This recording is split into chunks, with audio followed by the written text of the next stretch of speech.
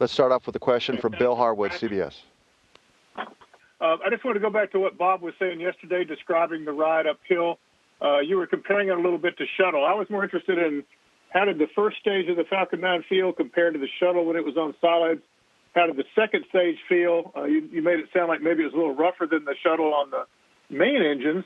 And just wondering if there was ever a point in there when you looked over at Doug and went, wow, this isn't quite what I was expecting.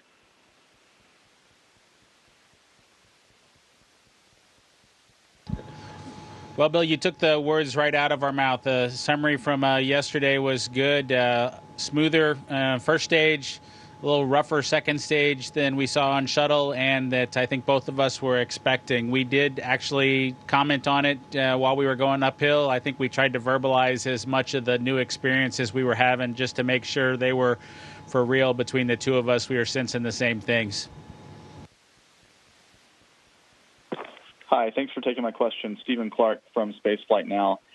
Just to follow up on that, what was the sensation at MECO and at stage separation, since that's something that was not experienced really during shuttle, to shut down the engines and then ignite a new engine in flight? I'm also curious about how your experiences were with the spacesuits in flight. Thank you very much. I think the question was about the difference with staging between the Space Shuttle and the Dragon, since we didn't shut down the main engines on the Space Shuttle like we went through for first stage and second stage. There was a significant difference between the solid rocket boosters on the shuttle and that second stage, and so I think we all definitely felt that separation and heard the clunk associated with it. Doug and I both commented on, I think Doug commented on it first, that we did feel some early zero-G when we came off of the first stage, and we're getting ready to transition to the second stage, and then we felt that second stage light. Hey guys, it's Chris Davenport from the Washington Post. Thanks for taking the time, and congrats on your flight, and I'll try not to leave you hanging this time. To follow up on Bill and Stephen's question about the ride, I wonder if you can walk us through, some of the technological differences between shuttle that led to the difference in the experiences, and then maybe a little bit more of what were some of the key moments during the ascent phase that stood out to you guys. Thank you. Hey, Chris, good to talk with you. I think just generically, the Falcon 9 is a liquid-fueled rocket.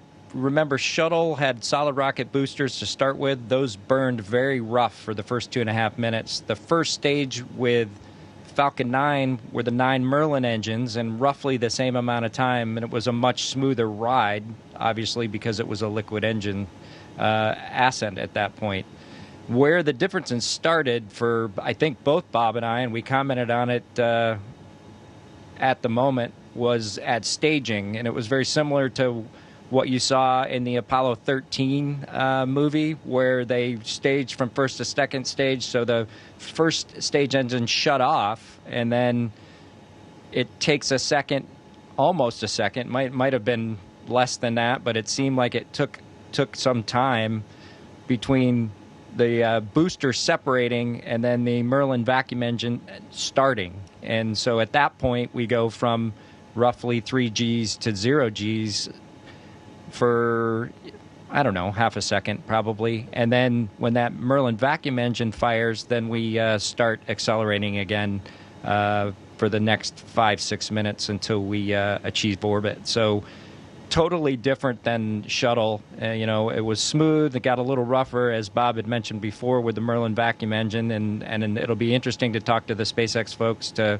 find out why it was a little bit rougher ride on second stage than it was for shuttle on those 3 main engines.